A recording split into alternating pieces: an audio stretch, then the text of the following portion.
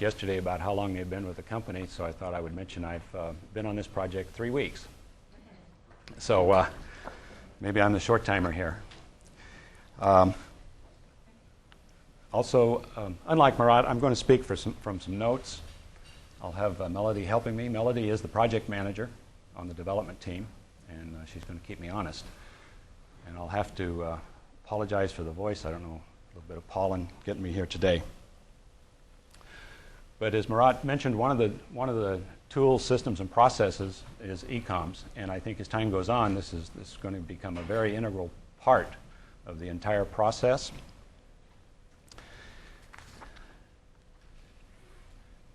So as part of the presentation, we'll do a little bit of an introduction and background of the development of the project.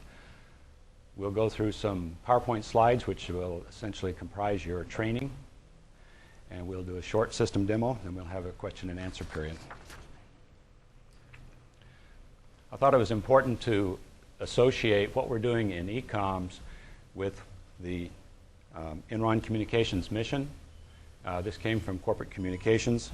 You're delivering a platform for the new net economy, and what we want ECOMS to do is create an infrastructure to support that. Once the decision was made to create an order management system, a team was put together. Kenny Burroughs was identified as the sponsor. A number of other individuals were identified as subject matter experts in their area. And Wisdom Consulting was contacted to provide the development resources. One of the things that they discussed that was critical to this was that there be a data warehousing of all of the order information. So that's a key. Also, that there would be things created called product codes, and that orders and throughout the system, those codes once identified, everything would key off of those codes. I'm sure you're going to get to know some of those. One of the other things that was decided was that customer data would come from SAP. So customer data is not entered in ECOMS. We have contact information, but the customer data per se is not. Department managers will be responsible for scheduling task flows within the system. And those of us involved in development will have access to the people within ECI as needed. Also, that there would be ECI standards developed prior to the system implementation.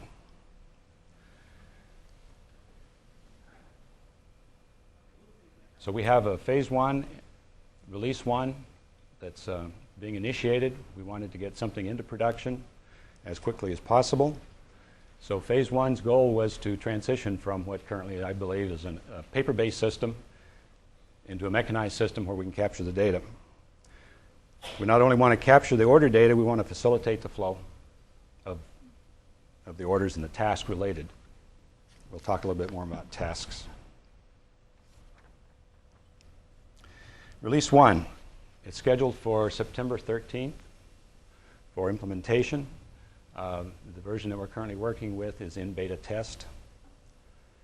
And this release we're expecting to be, this is our infrastructure for delivering our services. We're going to be able to enter order directly. We're going to be able to track the progress of that order.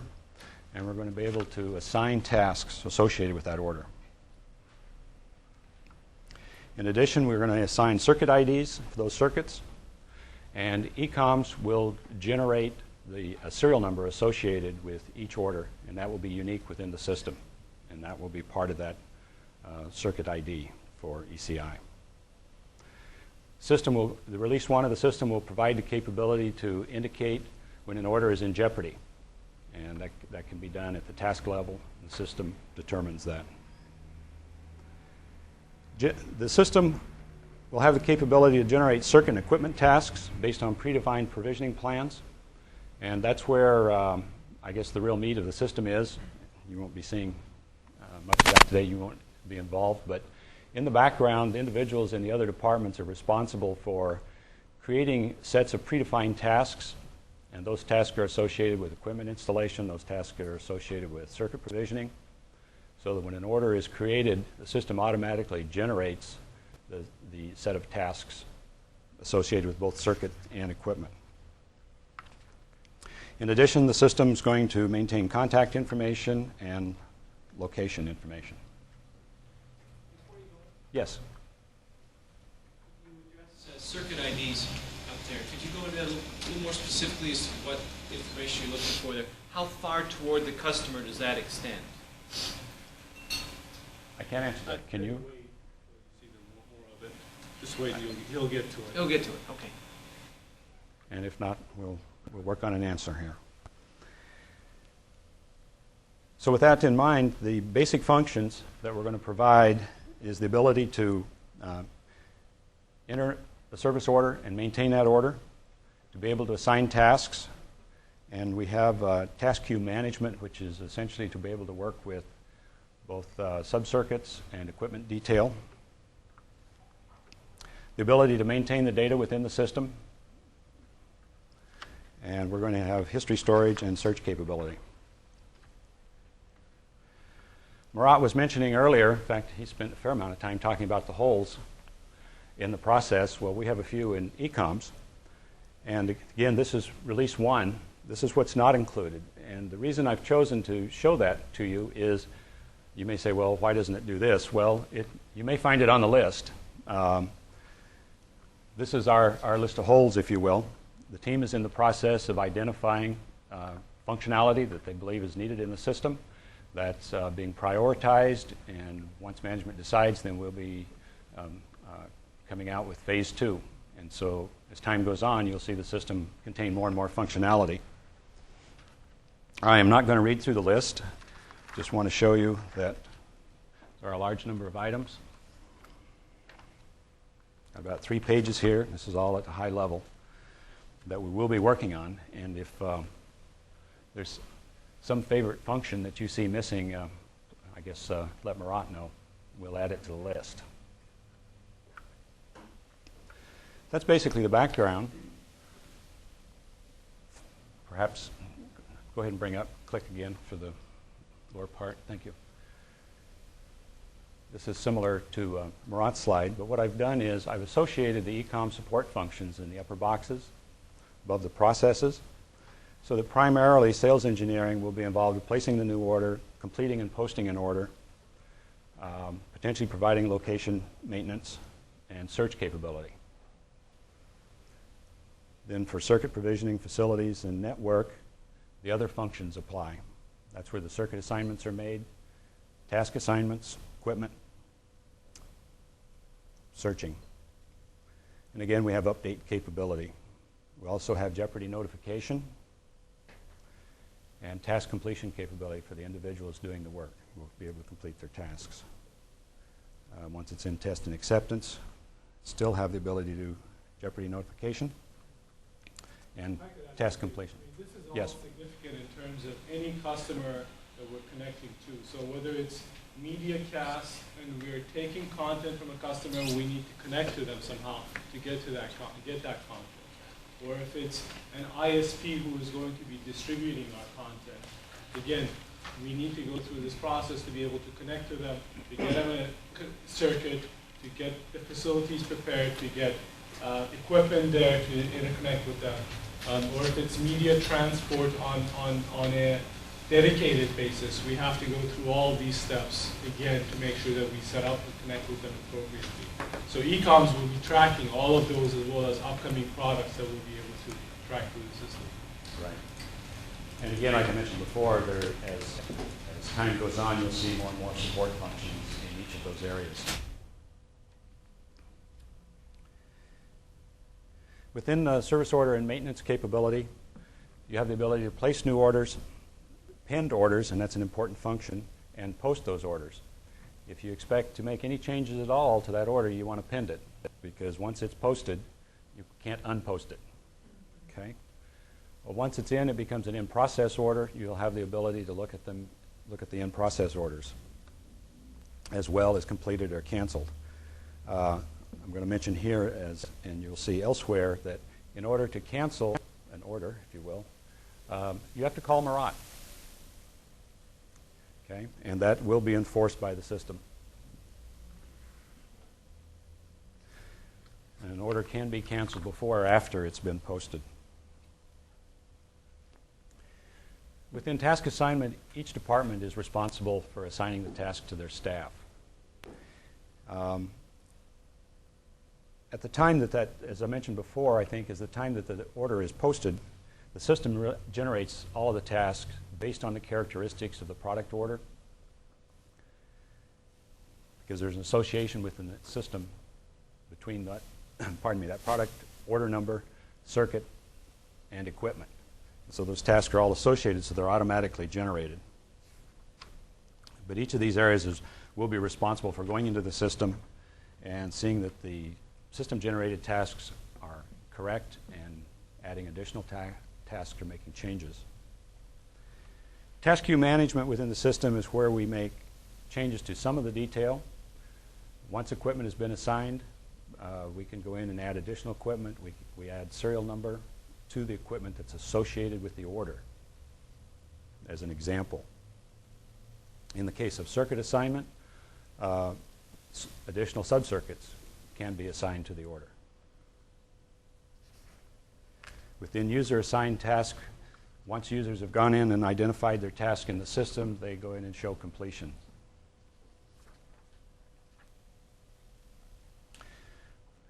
For data maintenance, we can go directly to the data that's stored in the system. So we can look at it where we have location. We have silly codes. We can add and update those locations. Within equipment is where we create our equipment initially. Task, again, this is where tasks are created.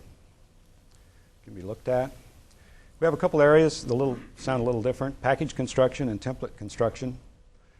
And I don't believe any of you will have responsibility for doing that. But just so you know, under package construction in the system is where we package sets of equipment with equipment package codes. And again, these codes are used within the system. And you'll see the code in the product code itself. Also within package construction is where we assign circuits to products, predefined for the system to use. Within template construction, we assign equipment to equipment package codes. This is essentially establishes the bill of material for the order.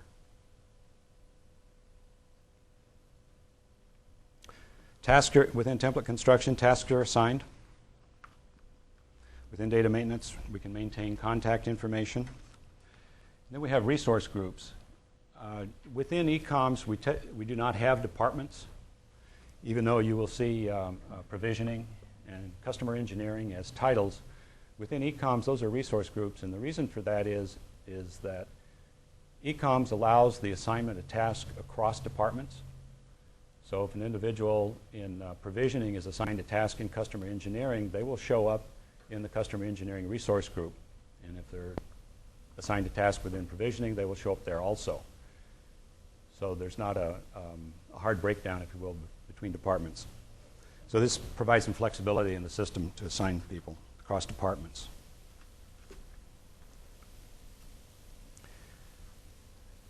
And we have history, storage, and search.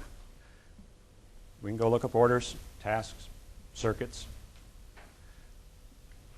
equipment. As far as I know, there's not going to be any restriction on searching capability to anybody. Yes? No, got a phone call there, okay. System contacts. We've identified some folks within the other departments that have responsibility for being the point person, if you will, relative to ECOMS, whether it be problems or whether it be questions. Within sales engineering, we're still working on a name.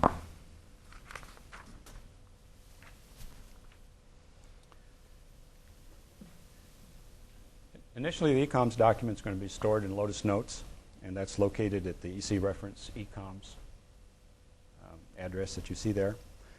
And we're going to be storing project documents there. We'll have the standards. We have the NC codes. And later on today, I'll have on one of the tables here somewhere handouts of the NC codes. Also, training information will be available to you.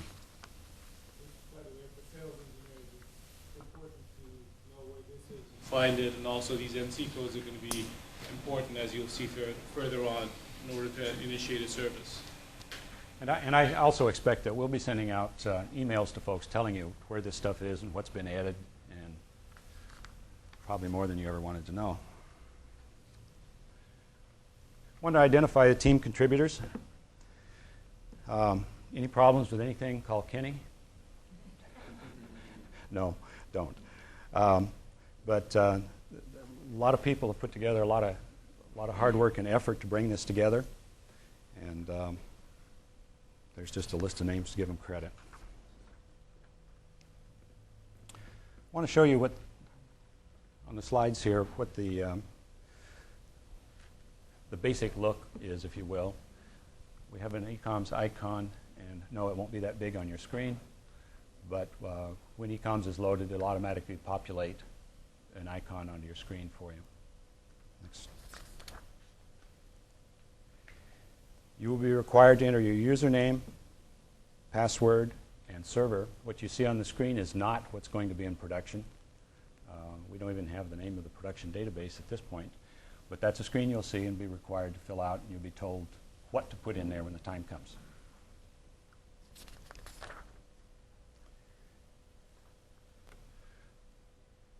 What you're looking at is a screen for an in-process order. In other words, the information's been filled out. But what I want to point out are what I'm calling basic or common screen functions. None of these things have anything to do with filling out the form other than helping you find where stuff is. Please notice the caption bar. It says in-process service order form. That caption bar will always indicate the function that you're in. It'll also indicate the form that's currently being displayed.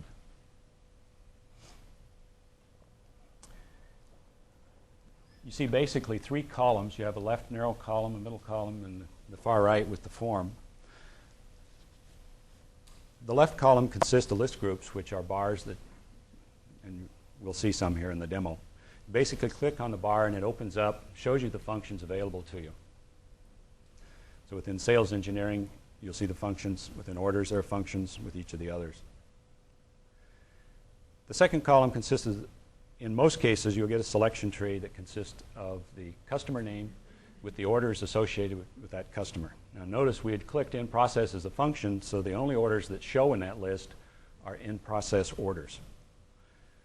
And as you may guess, red ones mean in jeopardy, and this is test data. And hope we never have any of those, right? So within the selection tree, we have, I'm just going to point here. This is in the case where an order has been selected to be displayed, and that's the order that is displayed. At the very bottom, we have a status bar. You've probably, you've worked a number of other applications, and some information shows up on the status bar, and I know in many cases I can do without it. I tend to ignore it. But in this case, we have an order number. We have the status, which is in process, and then you see a P2AA. That's the order number as it exists at that point in time. And then you have the customer name. Well, one of the requirements when developing the system was that on any screen, at any time, you could get to either order number detail or customer detail. So every screen that comes up with a form, you can click on those two and see the detail, or either of those two.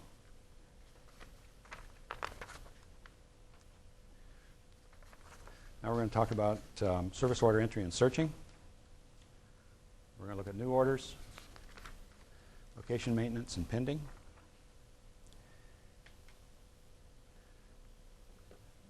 And I know Murat mentioned it, but just to reiterate, the customer must be established in SAP. If you can't find the customer on the list, they're not in SAP. And I don't know what your process is for making sure that that happens. Product must exist in the product table. It comes from another group, right? You have a product development group. If they haven't created the product that you're trying to put into the order, it's not going to be here. So this speaks back again to the processes that Murat was talking about. Those things should have all have occurred, I would think, hopefully, before you're ready to place an order. Cannot post an order till we have a a valid product circuit combination, which has been the responsibility of others. And as I mentioned before, only Marat can cancel an order.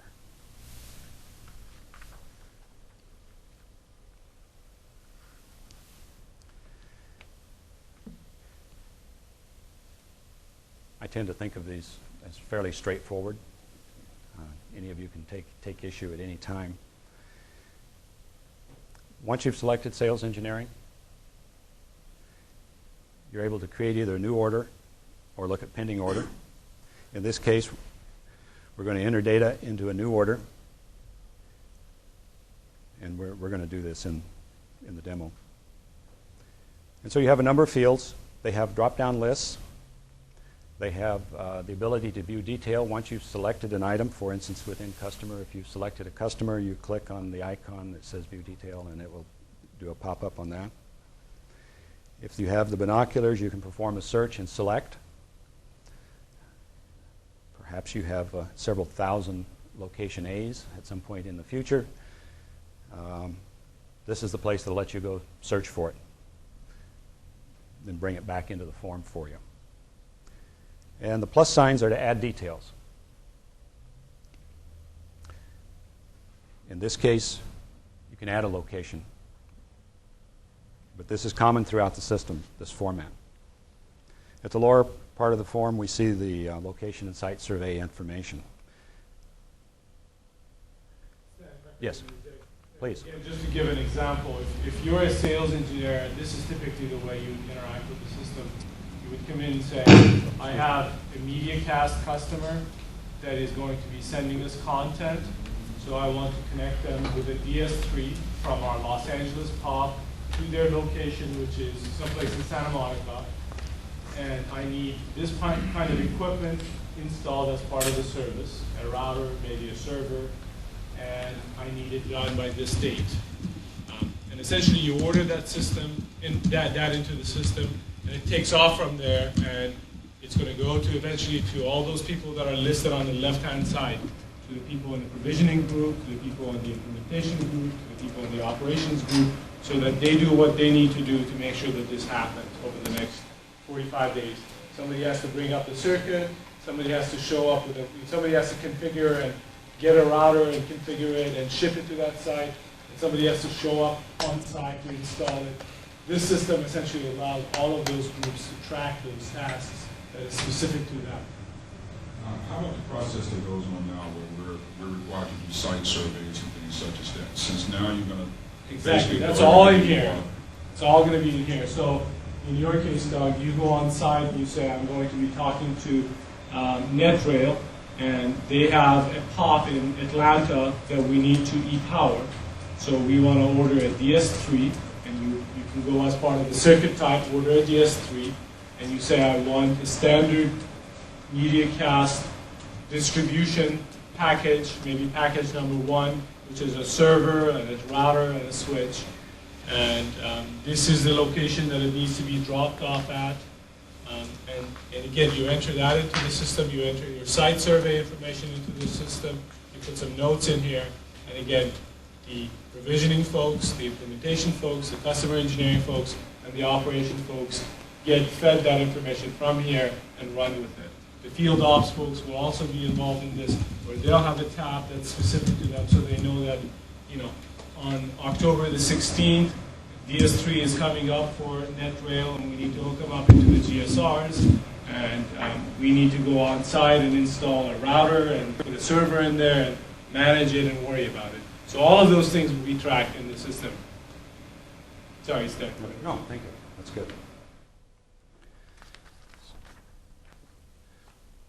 Let's look at an example of detail. This is what customer detail looks like. Again, the customer information came from another system, and so the data is non-changeable.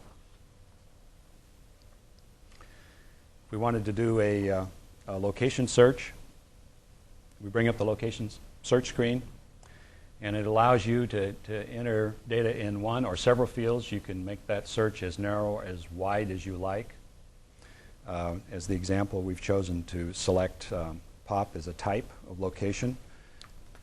We click on search, and we get search results. I'm going to point out a few things here.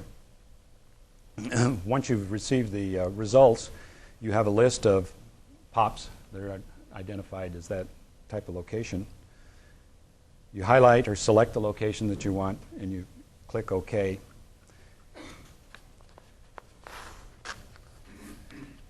But before we move on, can we back up one?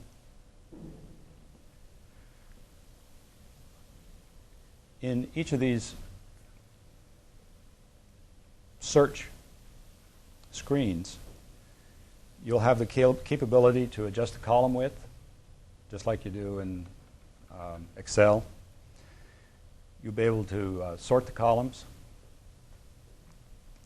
There is a vertical freeze pane bar, if you're familiar with that. Some of the other applications, you can move that left to right, and the column to the left will stay in place, even though you use the scroll bar to scroll your information from left to right. So we've got some of those capabilities in, make it a little easier to get around screens.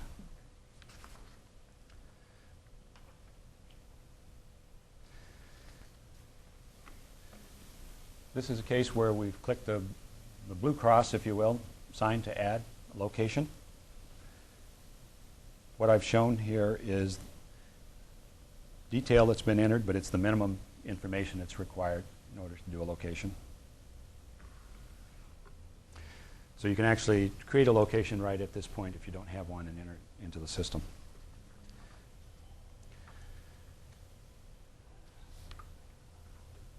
So we've created an order, we've created a location, looked at the customer information, pended the order.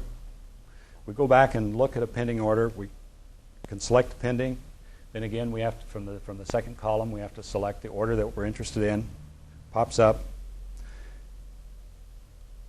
All of the fields, with the exception of the order number, are still changeable because the order's been pended. The order number has been assigned by the system. You can't change that.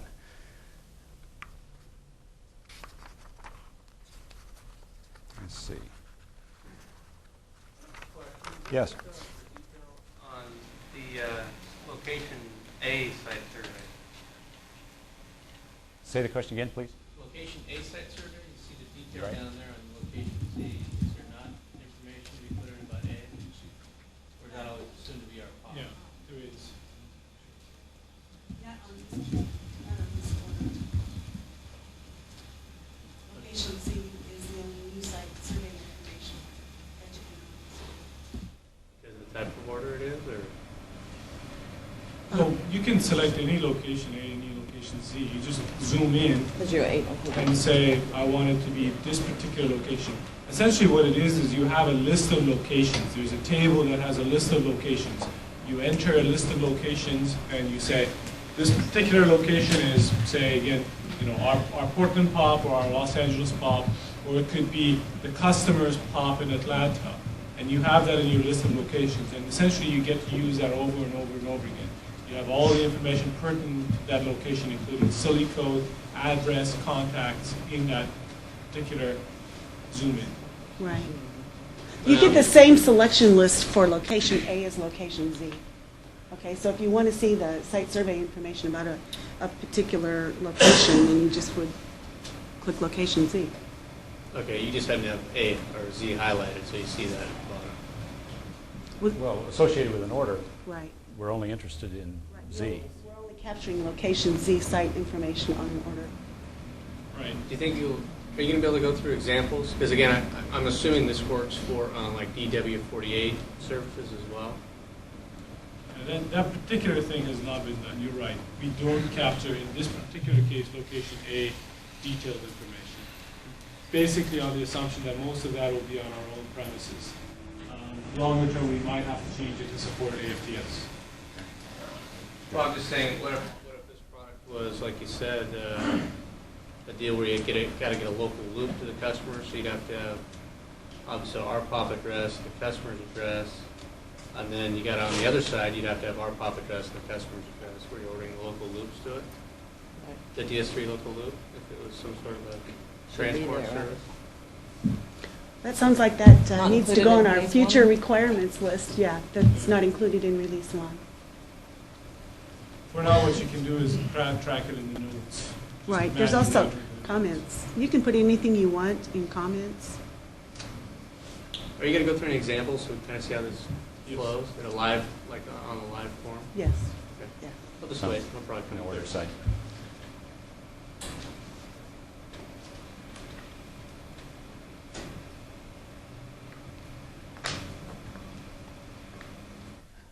Okay. Let's not do a slide. I want to speak to the screen. Once an order is posted and it's in process, the information you see at the top third of the screen is not changeable. But the comments section can be updated. Additional comments can be made after it's posted. And site survey information can be made after it's posted.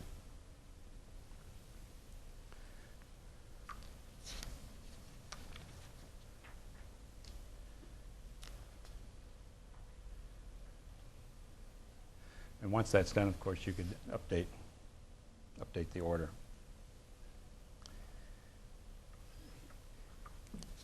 Again, history and search is where you're going to be able to look up order information. This is detailed, but you can point to an order and walk back to an order.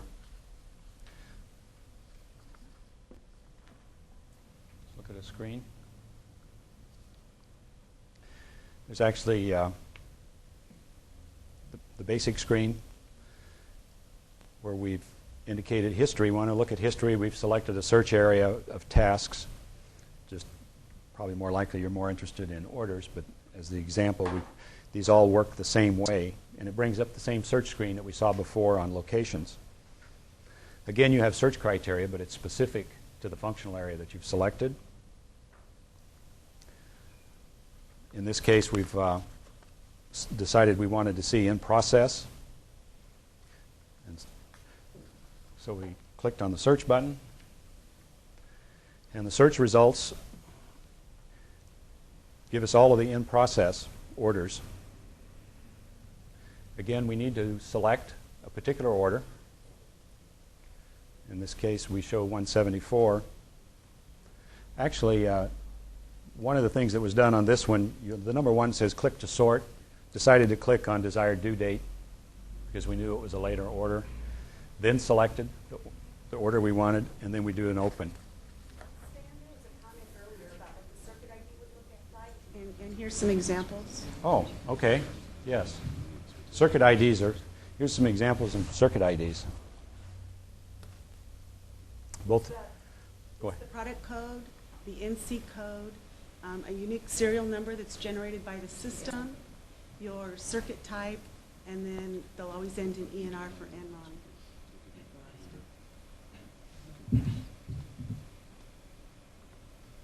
Also, you see the product codes that have been put together. To describe that product code, the P2 is obviously the product you're familiar with. The AA is a circuit ID. It's been associated with circuit. And the BY in the first line is associated with an equipment package. And that's what the system uses to associate equipment, circuits, and all the tasks with a given order.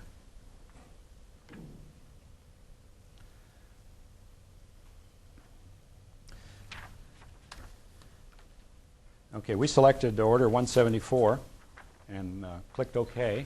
There, OK.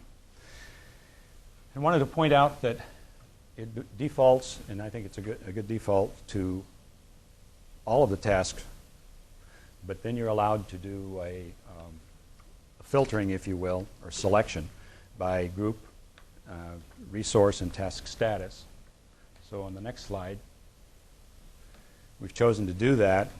We've picked the provisioning group, the resource, and the task status. So that allows you to filter on any combination of those three items. So it narrowed it down to the tasks that are available to that person for that order. Yes? Is this a screen where when, say, someone in provisioning completes that task, that they would come here and Yes, check it is. this? Now, are they the only Not ones this allowed? way. They wouldn't come in this way. Okay. I mean, it's And obviously, provisioning are the only folks who can touch the provisioning checkboxes, and implementation is the only folks who can do their part. And Are field operation tasks in here yet, or is that? I don't know. No, this is our development database. So this Well- isn't real live data. Well, what I'm There will saying, be what I'm field saying is, There will be a field ops. I'm in field ops, and I want to know, when is my circuit going to be delivered, and when do I need to bolt the gear into the racks and that sort of thing. Right, Those will be there. in production. Exactly. Yes, they will be there.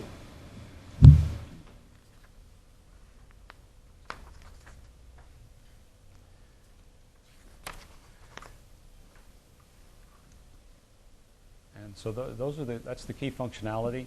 We didn't go through building equipment packages. I'm saving that for a different group.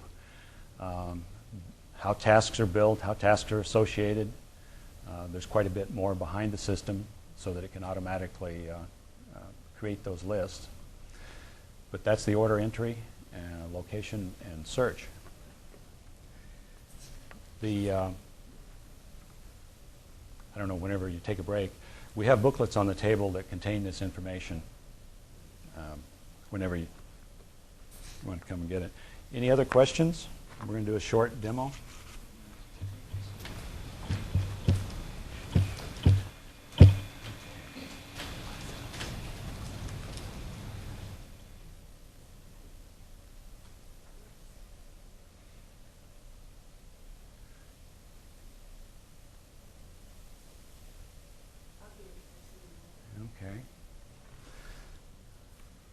Okay, this should look just like the overhead. We now have the blank screen without all the funny stuff on it telling you what to do. But we've selected a new order. One of the things I'd like to point out is that you'll notice that it's blued or grayed out. This is common throughout the system. When you've selected a function, it'll turn gray or blue. So let's enter some information. We have a drop down for completion dates. Desired completion dates. We'll pick December sometime. We can select customers.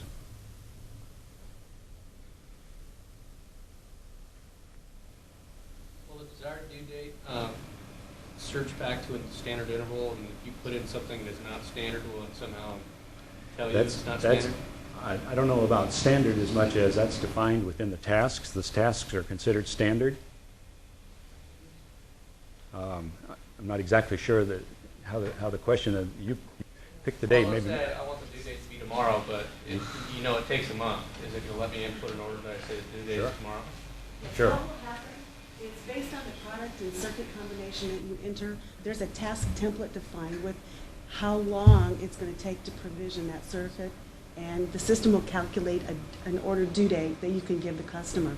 If the desired due date you enter is earlier than the system-generated date, you'll get a message saying you're going to create this order in conflict.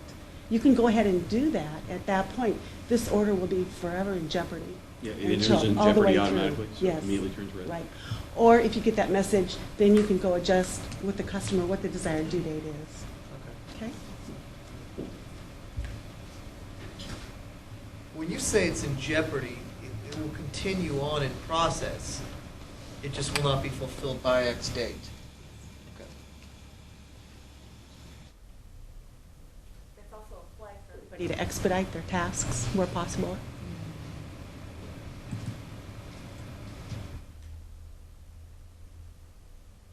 Is it possible to have a pull-down menu, or what would be a type of circuit?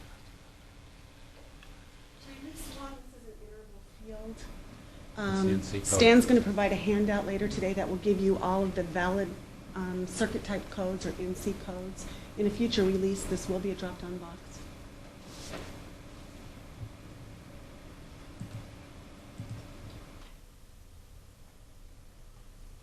Are there anything built in where if Kenny Burroughs didn't actually authorize this order, that where it would flow to him first before it's actually authorized? Or? No. Okay. Honor system. Honor system. Sales. Remember, we keep all the data. Melody, could you zoom in into one of the location information or add a new one?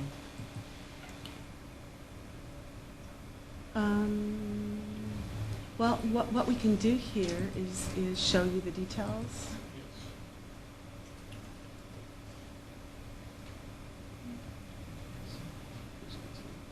And this is slow because we're in dial-up. We're in dial-up. So there's location details. Now, where is this database stored? We have a POP database somewhere else that people It's on use? eComs, right? Yeah, it's all eComs. It's all part of eComs, which is part of the Oracle data store. Are you familiar with the project with that POP database? Yes. Are we going to It's not- scrap that and use this? Essentially, much this is the better way it's information. going to be, right, this is the way it's going to be stored.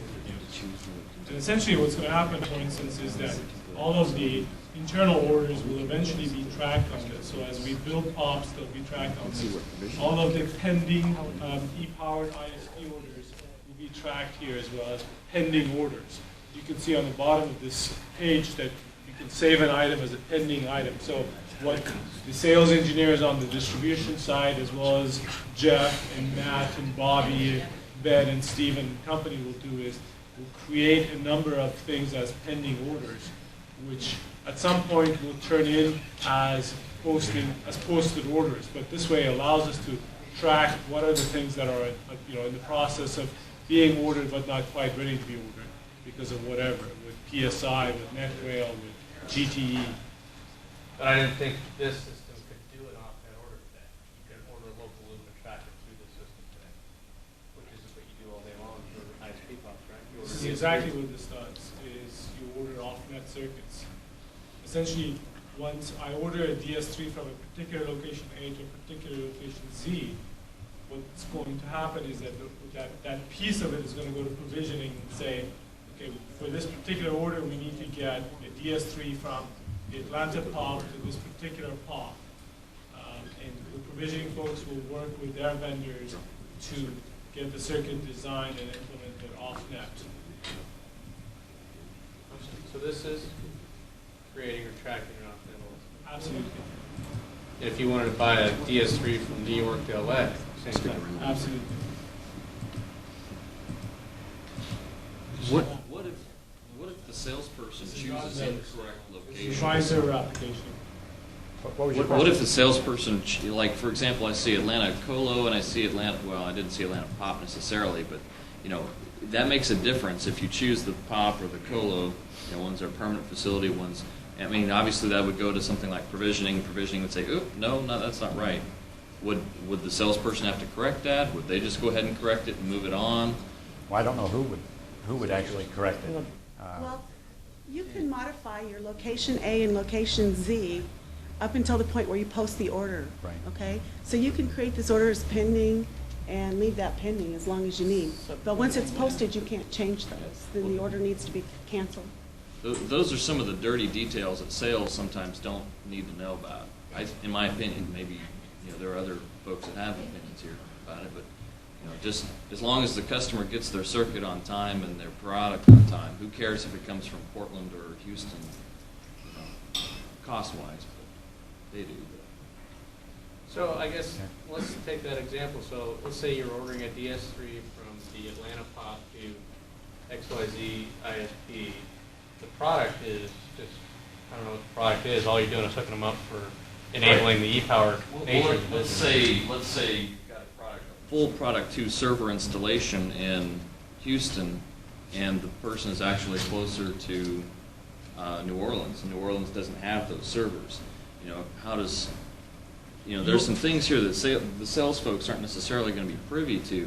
My answer to that is that you're absolutely right. There are times where sales does not know, neither care where the service is delivered from. Right. For now, I think what we have to do is just get a base going and start out with something. Yeah. Well, That's where we're going and out. I guess provisioning would be the folks who would know that and Right. say, well, So- okay, not New Orleans POP, let's go to Houston POP Right. to deliver. the In service. fact, that has happened. I mean, with Country Cool, we had originally thought that we were going to go to have one circuit to, say, Washington, D.C., and then we ended up with 4 circuits to New York, Dallas, Houston, and Chicago. So it changed after we submitted the order. So that will happen. Again, this is just going to start us out. Eventually, some of that functionality or responsibility for sales and sales engineering to say where we connect to may go away, and we'll just say, hey, all we care about is get connected. We don't care where to. But for now, we have to start with something, and this is, where we're starting with, say, let's, so as a sales engineer, I might have to sit down with you and with the provisioning and say, well, look, I'm going to order this thing. Where should I order to? And have a quick discussion, decide, and then order it. But later on, this will change. Will orders be going through sales, or will most orders still be controlled by sales engineering? Because in that case, sales engineering will be able to put a stop on it regardless, because the sales engineers, we should know what pops we should be able to serve out, and be able to control and help the salesperson not to make that mistake. Right. My take is that the sales and sales engineer folks will work very closely on all of these orders, but it is primarily the responsibility of the sales engineer to work that out with provisioning, with implementation, with operation, and everybody else.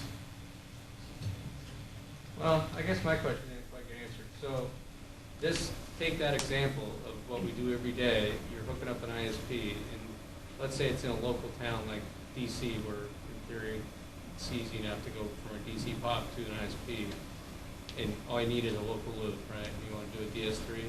What is that product called, and then what are all the related orders? You should be able to say, like, e-power POP installation is like the product name, and then one of the related order is the DS3 pipe, another related order is the equipment install, and maybe, 2 or 3 other things, I don't know. Well, with every order, you associate a product code, a circuit code, and an equipment package.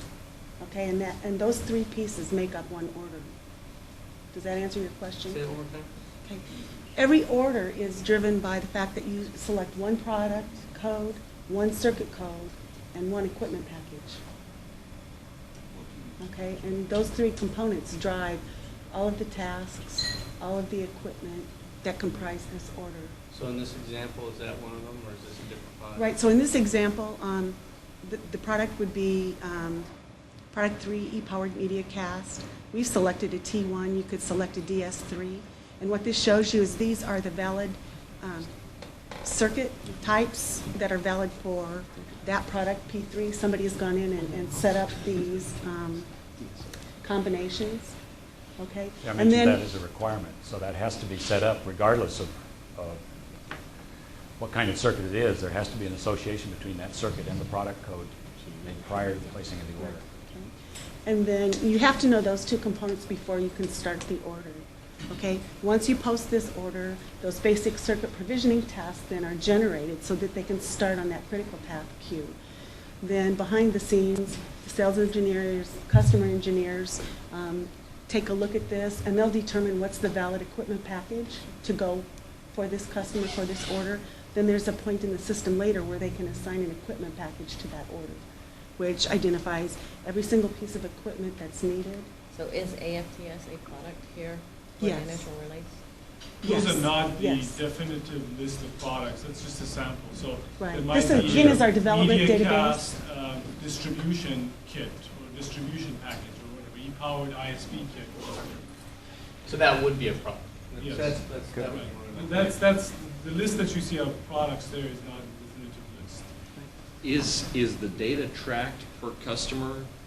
Let's say Internap, if they already have 1 million connections from us, they have 5 OC12s or whatever, and they don't need any more circuits. Is that still does this database, number 1, know that? And number 2, just able to order whatever product they want instead of the circuit, which they already have?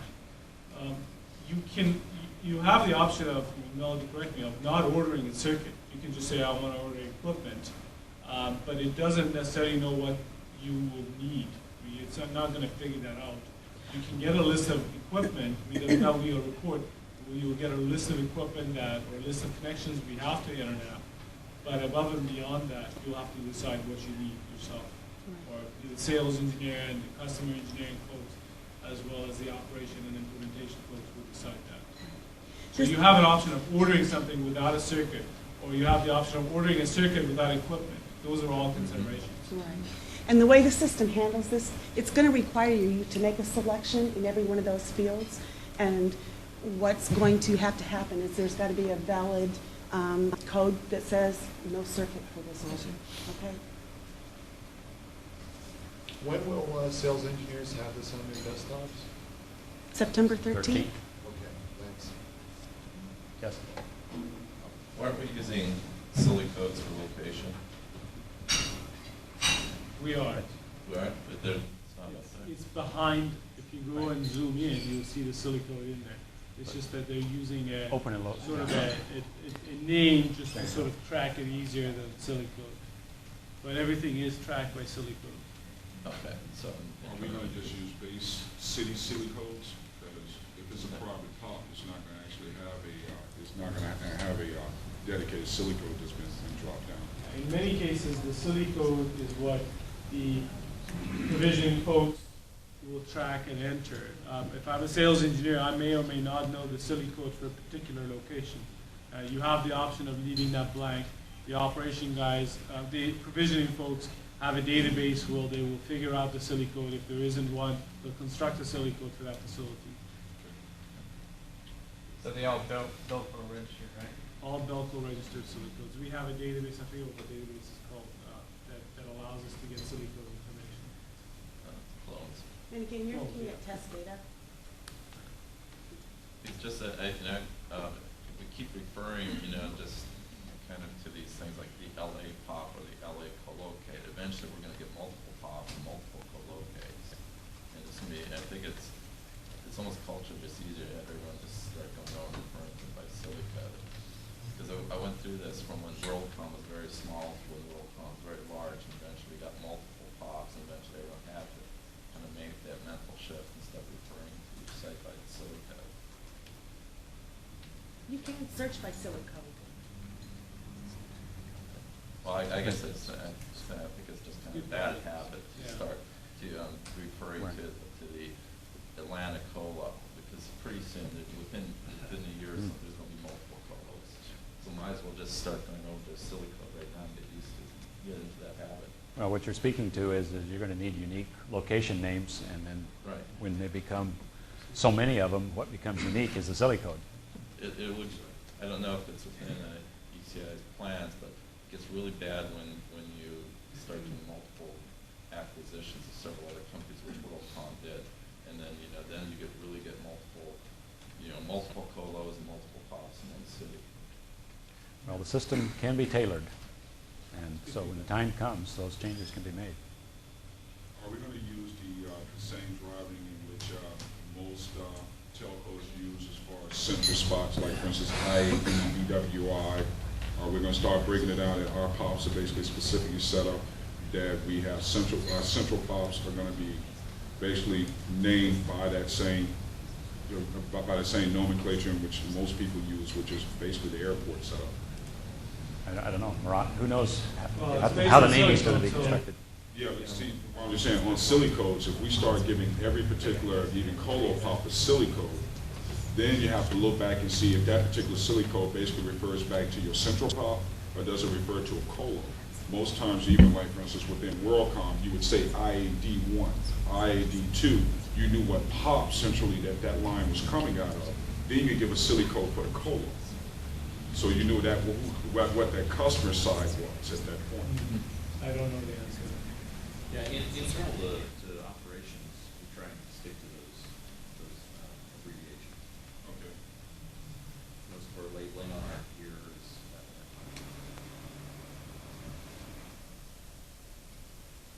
Any other questions?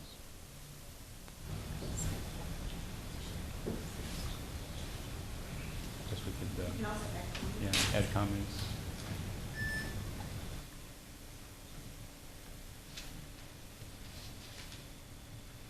Show detail.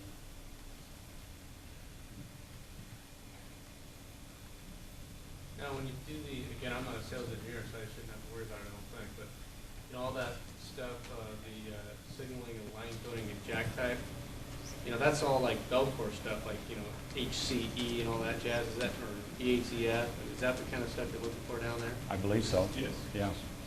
I don't think any of those fields are required. Maybe at some point you have to have information in there, but from a system standpoint, I don't think it requires anything, right, Melody?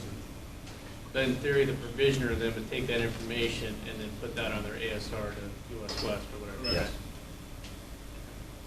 And again, I suppose they would even have.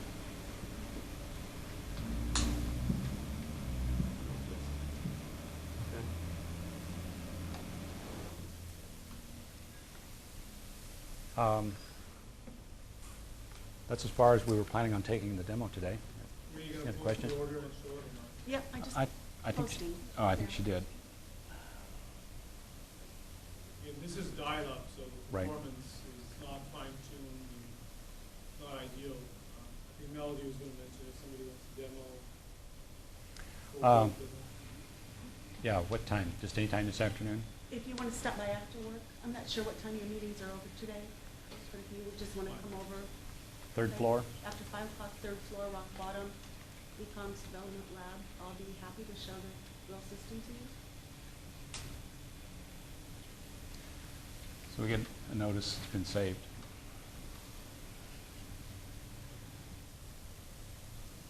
And again, once you post an order, if you're a sales engineer, once you post the order, you have very little opportunity to change things on that order.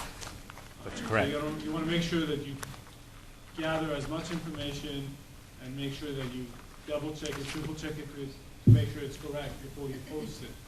Because once it's gone, and you can't change it. It has to be canceled, and at this point, I'm the only person set up to cancel orders.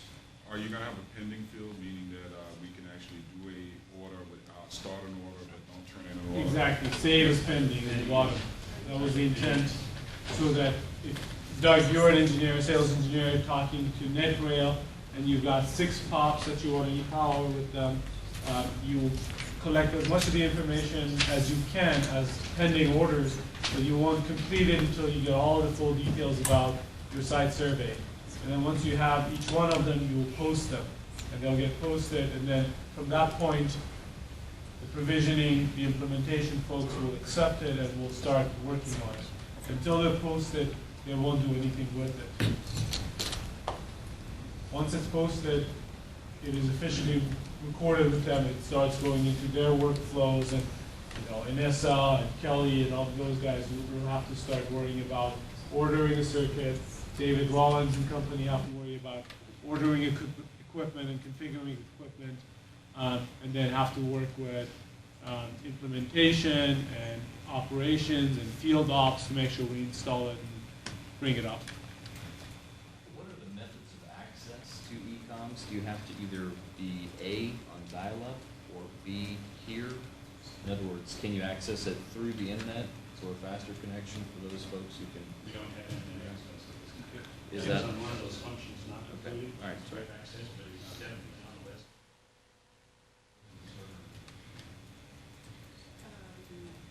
It's part of the IT infrastructure. So you have to be on the LAN. Dial-up or LAN. dial-up or otherwise.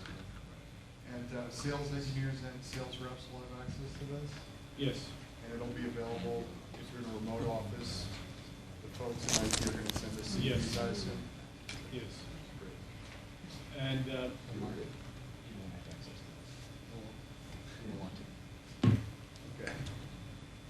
I got a question. What about the backside of stuff? I mean, the part that the provisioners are using, for example, they're designing the circuit, let's say, so they got the CFA from the local loop provider, they got the port on the router, they got the, maybe the circuit ID from the IXC from city A to city Z, and then they got the, the local loop and CFA information on the other side. Where is all that information housed? that's all in here. Melody's going to show Right. you. It's down here in the circuit assignment and the equipment assignment. I'm not going to show it to you here today because these are real data-intensive screens, and on dial-up mode, it'll take a lot of time. But if you are interested, I'll show those to you later today. But all the circuit information, all the equipment details are right in these 2 icons right here. And from your perspective, all that detail is also available in history right here. Circuits, equipment. You can see all of the tasks, all of the orders. Okay, so that's all available for view. Could you show the orders screen as well? This one? Yeah, in process.